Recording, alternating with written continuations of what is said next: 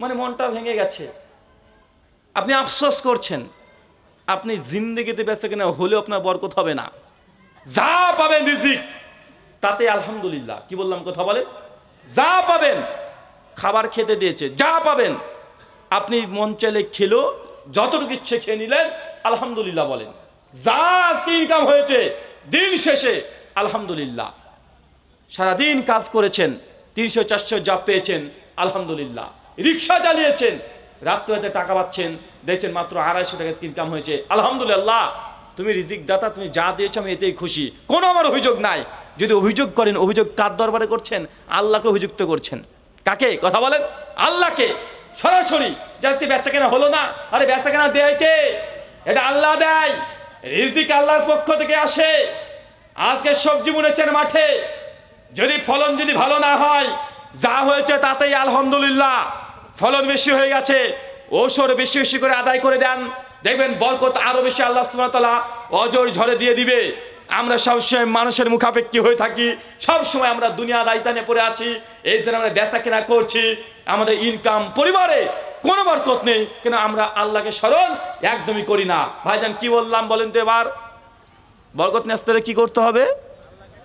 সারা দিন শেষে বেতন পেয়েছেন আলহামদুলিল্লাহ, দোকানে ক্যাশ গুনছেন শেষ বেলায় আলহামদুলিল্লাহ, চাকরি পরে বেতন পেয়েছেন মাসের শেষে আলহামদুলিল্লাহ, বললেই আল্লাহ বেচা কেনা বরকত দিয়ে দিবে, ইনকামে বরকত দিয়ে দিবে। 6 নম্বর, এবং এটা শেষ, তারপরে একটা মিসাল দেব, আত্মীয় সম্পর্ক রক্ষা করা। কি বললাম? নিজের রক্তের কানেকশন যেগুলো আছে রক্ষা করে চলা। আপনি তো উল্টো করেন, বোনটার বিয়ে দিয়ে দিয়েছেন, বোন যদি এই মাসে একবার এসেছিল, পরের মাসে যদি আবার আসে, আপনার বউ বলে তোমার বোন প্রত্যেক মাসে একবার করে আসে গো, বিরক্ত বোধ হয়ে যাচ্ছেন। আপনার খালা মাঝে মাঝে চলে আসে, আপনি রেগে যান, দেখ মাঝে মাঝে খালা চলে আসে, খালা চলে এসেছে, মনটা ভালো না, বউরও মুখ ভারী হয়ে গেছে, আপনারও মুখটা ভারী হয়েছে। খালা এসেছে মানে এখন রান্না বেশি করে করতে হবে আপনার বউকে, আপনাকে আজকে একটু মাংস এসে খালাকে খাওয়াতে হবে, একটা কাপড় কিনে দিতে হতে পারে। কথা বুঝতে পারছেন না ভাইজান? রক্তের সম্পর্ক, এই সম্পর্ক কেউ যদি ছিন্ন করে ফেলে, বরকত আর থাকবে না, আল্লাহ তুলে নেবেন, একদম বরকত তুলে নেবেন। যদি আপনি নিজের পরিবারের রক্তের সম্পর্ক যদি বজায় রেখে আপনি যদি চলতে পারেন, ইনশাল্লাহ অল্পতে আল্লাহ সুবহানাহু ওয়া তাআলা বারাকা নাজিল করবেন। ছোট্ট একটা ঘটনা বলি, বুঝতে পারবেন। আমার জীবনেরই একটা ঘটনা। কয়েক বছর আগে আমার একটা বন্ধু আমাকে সে বলছে, রুহুল ভাই তোমার সঙ্গে একটা কথা শেয়ার করতে চাই। জি জি বলো। উনি তখন বলছেন যে ভাইজান আব্বার জন্য দোয়া করবে, আব্বা মারা গেছে। আমি ইন্নালিল্লাহ পড়লাম, পড়ার পরে ও বলছে, রুহুল ভাই আমার আব্বা মারা গেছে, তবে একটা কথা আমাকে খুব বারবার মাথাতে চলে আসছে। আজ কি কথা? উনি তখন বলছেন যে আমার আব্বার মৃত্যুর 10 বছর আগে থেকে আব্বার ঔষধের জন্য প্রত্যেক মাসে কমপক্ষে 3000 টাকা করে আমার লাগতো, মানে পার ডে প্রায় 100 টাকা করে। কথা বুঝতে পারছেন? মানে আমার আব্বা অসুস্থ ছিল 10 বছর, 8-10 বছর ধরে আমি আমার আব্বাকে এই ঔষধটা আমি বহন করেছি। প্রতিদিন বেচাকেনা শেষ হতো, রাত্রিবেলাতে ক্যাশ বাক্স থেকে 100 টাকা নিয়ে ওষুধ কিনে বাড়িতে ফিরতাম। যেদিন বেশি বেচাকেনা হতো 2 দিন করে ওষুধ নিয়ে যেতাম, যেদিন হতো না সেদিন স্টক থেকে যেত। সব দিন পারতাম এমনটা নয়, মাঝে মাঝে 2 দিনকার 3 দিনকার নিয়ে যেতাম, যেদিন ব্যবসা হতো। তো ভাই আমি একদম অন্তর থেকে একদম আব্বার জন্য আমি এই কাজটা করেছি। দীর্ঘ 10 বছর ধরে আমি আব্বার ওষুধের বিল আমি নিজে দিয়েছি। উনি তারপরে যে কথাটা বলছে, তবে আমার আব্বা ভাইজান 8-9 মাস হলো মারা গেছে। তো একটা জিনিস আমি লক্ষ্য করছি, 10 বছর ধরে আব্বাকে আমি ঔষধ টানলাম, প্রত্যেক মাসে প্রায় 3000 টাকা প্রতিদিন, যদি 100 টাকা করে হয়, তাই তো 3000 টাকা না? বলছি আমার দোকান যে খুব বড় এমনটা নয়, যৎসামান্য বেচা কেনা প্রতিদিন কত টাকা লাভ হয় আমি দেখতেই পাই, কারণ দোকানে মালও বেশি নেই, ছোট্ট আমার একটা দোকান। আমার ক্যাশে যদি হঠাৎই 2-4 হাজার টাকা যদি বেড়ে যায় আমি বুঝতে পারবো, কারণ আমার আঢাল ইনকাম এমনটা না। ও তখন বলছে, কিন্তু 8 মাস হয়ে গেল আব্বা মারা যাওয়া, তো মারা যাওয়ার পরে আমার বেচা কেনা ওটাই আছে, দোকান ওটাই আছে, বেচা কেনা কোনো ঘাটতি নেই, একই বেচা কিনা। অথচ ভাইজান আব্বার যে প্রত্যেক মাসে আমি 3000 টাকা করে আব্বার জন্য ঔষধ কিনতাম, এই 8 মাস ধরে আমি এটাকে পর্যবেক্ষণ করছি যে ওই 3,000 টাকা ঔষধের ওটা কই, ওটা আমি খুঁজে পাই না। মাস শেষে আব্বা যখন জীবিত ছিল ঔষধ কিনতাম, যত টাকা আমার এক্সেস, কোন মাসে 1,000 টাকা লাভ থাকতো, সব খরচ করছেন বাদ দিয়ে, কোন মাসে 2,000, কোন মাসে 4,000। তো আব্বার যে 8 মাস মারা গেল, আমি যে 3,000 টাকার ওষুধ আর কিনি না, অথচ প্রত্যেক মাস শেষে আমার ইনকাম দেখি আগে যা ছিল ওটা আছে, বাড়ে না, আমি টাকা দেখতেই পাই না। এটা কি? আমি তো বুঝতে পারলাম যে আল্লাহ রাজ্জাক, আল্লাহ রিজিক দাতা। যতদিন ওই ব্যক্তি ওর বাবার ঔষধ কিনা জিম্মেদারি নিয়ে নিয়েছে, ততদিন আল্লাহ সুবহানাহু ওয়া তাআলা ওই রিজিকের মধ্যে বরকত দিয়ে দিয়েছে। যখনই বাপ কবরে চলে গেছে, বাপের রিজিক বাপ কবরে নিয়ে চলে গেছে, আপনি বুঝতে পারবেন না এটা আল্লাহ এইভাবে সিস্টেম চালিয়ে রেখেছেন। একটা মেয়েকে দেখবেন, একটা মেয়ের ঋতুস্রাব হয়, রজশালা মেন্স পিরিয়ড হয়, নাপাক রক্ত, ধর্মীয় ভাষায় বললে হয় অপবিত্র, নাপাক রক্ত, দুর্গন্ধযুক্ত রক্ত। অথচ ওই মেয়েটার পেটে যখন বাচ্চা চলে আসে, আপনার সন্তান যখন পেটের মধ্যে চলে আসে, ওই রক্তের ওই নালীটাকে আল্লাহ বন্ধ করে দিয়ে ছেলের নাভির সঙ্গে লাগিয়ে দিয়ে ছেলের জন্য খাবার তৈরি করে দিচ্ছে আল্লাহ। 10 মাস ওই ছেলেটা রক্ত রক্ত খেয়ে খেয়ে ভেতরে পূর্ণ রূপ একটা মানুষ তৈরি হচ্ছে। কেন? যখনই পেটে একটা সন্তান চলে এসেছে, আল্লাহ জান দিয়ে দিয়েছে, মায়ের রক্তকে ছেলের জন্য রিজিক বানিয়ে দিয়েছে। ছেলেটা রিজিক নিয়ে এসেছে। যখনই ছেলেটা প্রসব হয়ে যায়, মা যখনই নারীটা কেটে দেবে ছেলের সঙ্গে, দেখবেন ওই মেয়েটার এতদিন স্তনে কোনো দুগ্ধ ছিল না। যখনই ছেলে প্রসব হয়ে যাচ্ছে, মা 2 বুক ভরে দুগ্ধ দিয়ে পরিপূর্ণ, ওই ছেলের জন্য যথেষ্ট হয়ে যায় মায়ের ওই দুগ্ধটাই রিজিক। আল্লাহ এইভাবে সিস্টেম তৈরি করে রেখেছে। আবার ছেলেটা যখন বাইরের খাবার খেতে শুরু করে দেয়, মা দুগ্ধটা অটোমেটিক বন্ধ করে দেয়। আছে না নাই? কথা বলে, আছে না নাই? বাচ্চা যখন পেট থেকে বেরিয়ে চলে আসে, আবার মায়ের ওই রক্ত, রজস্বলা মেন্স আবার শুরু হয়ে যায়। আছে না নাই? এটা আল্লাহ সুবহানাহু ওয়া তাআলা, এটা রিজিকের মালিক আল্লাহ এইভাবেই গোটা বিশ্বকে পরিচালনা করছে। আপনি মনে করছেন আপনার স্ত্রীকে, আপনার মাকে আপনার ইনকামের টাকা খাওয়াচ্ছেন? জি না, এই টাকা আপনার না, এই রিজিক আপনার স্ত্রীর, আল্লাহ আপনার মধ্যে দিয়ে দিচ্ছে। স্ত্রী থাকবে না, রিজিক আল্লাহ তুলে নিবেন।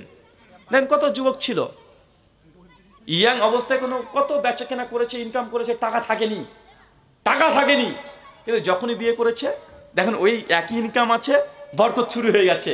বউকে চালাচ্ছে, শ্বশুর শাশুড়ি সবাইকে চালাচ্ছে, এখন বাড়ি করছে, গাড়ি কিনছে। আছে না নাই? কথা বলেন, এটা বরকত। রিজিক আলাদা জিনিস আর বরকত আলাদা জিনিস। অনেক যুবক বিয়ের আগে ইনকাম করতে পারে নাই, 100-150 টাকা ইনকাম করেছে, বাবা মা ভয় করেছে ছেলেটাকে বিয়ে দিব, লাস্টটা আমাকে খাওয়াতে হবে, অত ইনকামই নাই। ছেলেটা বিয়ে করেছে, বিয়ে করার পরেই দেখবেন ছেলেটার আস্তে আস্তে বউটাকে রীতিমতো খরচ করছে।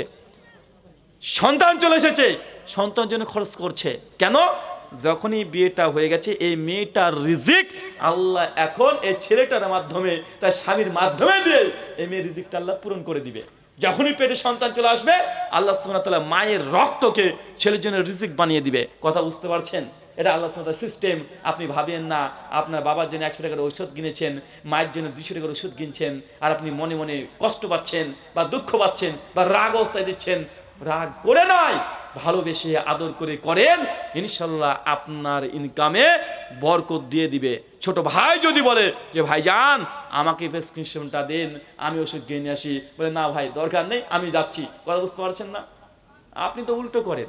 বিয়ে হওয়া 10 বছর হয়ে গেছে 2 ভাইয়ের, এখন বলছেন বড় ভাই আমি আব্বা মাকে টানতে পারবো না, তুমি বাপকে টানো, আমি মাকে টানবো। মাকে দোতলায় তুলে নিয়ে গেছে ছেলে, ছোট ছেলে, আর বড় ভাই বাবাকে নিয়ে একতলাতে আছে। বা আছে না নাই? কথা বলেন। কেন? আপনি ভাবছেন যে বাবা মাকে টানতে পারবেন না, বাবা মার খরচ বহন করতে পারবেন না, এই জন্য ভাগ করে নিচ্ছেন। ভাইজান আপনি এখন মূর্খের স্বর্গে বাস করছেন। পিতামাতার দায়িত্ব নিয়ে নেন, বরকত অঝর ঝরে আল্লাহ সুবহানাহু ওয়া তাআলা দিয়ে দিবেন, তবে অন্তর থেকে নিবেন। কথা বুঝতে পারছেন না ভাইজান? অন্তর থেকে বিশ্বাস করে, রবের প্রতি খুশি হয়ে, আর রাজ্জাক আল্লাহ তুমি রিজিক দাতা, এটাকে বিশ্বাস করে যে দায়িত্ব নেন, ইনশাল্লাহ বরকত আসবেই আসবে। আল্লাহ সুবহানাহু ওয়া তাআলা আমাদের প্রত্যেকের রিজিকে বারাকা দান করো, সকলে পড়ি আমিন। কয়টা বলেছি পয়েন্ট টোটাল বলেন তো ভাইজান? টোটাল 6টা বলেছি। কেউ বলতে পারবেন? বলেন, একজন উঠে বলেন তো 6টা পয়েন্ট, শুধু বলেন পয়েন্ট, যে পয়েন্ট বলতে পারেন। এই কিছু আছে? আচ্ছা, আতর আছে, আতর দিয়ে যাব। বলেন 6টা পয়েন্ট। মাশাআল্লাহ, শেখ বলেন। এই টুকলি না না দেখে দেখেন, বলেন।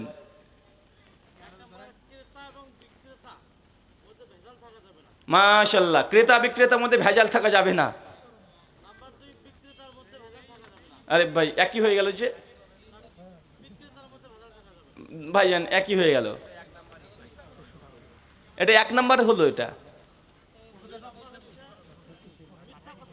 মিথ্যা ব্যবসাতে কসম কেটে, মিথ্যা কসম কেটে কোনো দ্রব্য বিক্রি করা যাবে না। 3 নাম্বার, কৃপণতা করা যাবে না, দান সদাকা এগুলো কন্টিনিউসলি চলবে। 4 নাম্বার, তাকদীর মানে দিন শেষে যা পেয়েছেন আলহামদুলিল্লাহ শুকরিয়া আদায় করতে হবে, কোনো অভিযোগ আল্লাহর দরবারে করা যাবে না। 5 নাম্বার, আত্মীয়ের সম্পর্ক বজায় রাখতে হবে। মাশাআল্লাহ, এই 5টা পয়েন্ট। আর প্রথমে একটা পয়েন্ট বলেছিলাম, কোন রকমের ছোট বড় পাপ যাবে না। এই 6টা আমল যদি করতে পারেন, ইনশাআল্লাহ আপনার পরিবার, স্ত্রী, কন্যা, পুত্র, সন্তান, ব্যবসা ইনশাআল্লাহ জেনে রাখবেন বরকতে রহমতে পূর্ণতা পেয়ে যাবেন ইনশাআল্লাহ। আল্লাহ এই 6টা আমল করার তৌফিক দান করো, সকলে পড়ি আমিন। শাইখ চলে আসেন। আরে দেবই রে ভাই, না দে কখনো গিয়েছি রে ভাই। এদিক দিয়ে আসলে সমস্যা হয়ে যাবে ভাইজান। আচ্ছা চাচা আপনি একটু, না না বয়স্ক মানুষ তো, উঠতে পারবেন ওপরে ভাইজান?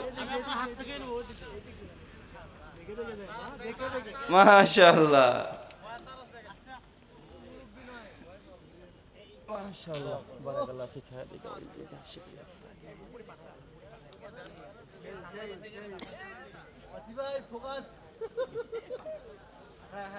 ঠিক আছে, শুকরিয়া, জাযাকাল্লাহু খায়রান। আচ্ছা আর কে বলতে পারবেন? একজন কিন্তু বলে দিয়েছে, আর কে বলতে পারবেন? ওঠেন বলেন।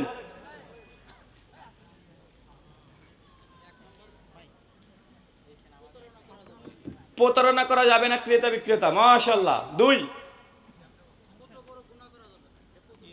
ছোট বড় কোনো গুনাহ করা যাবে না, পাপ থেকে দূরে থাকতে হবে, করে ফেললেও তওবা করতে হবে। 3, কৃপণতা করা যাবে না, দান সদকা বেশি বেশি করতে হবে নিজের রিজিক থেকে। 4,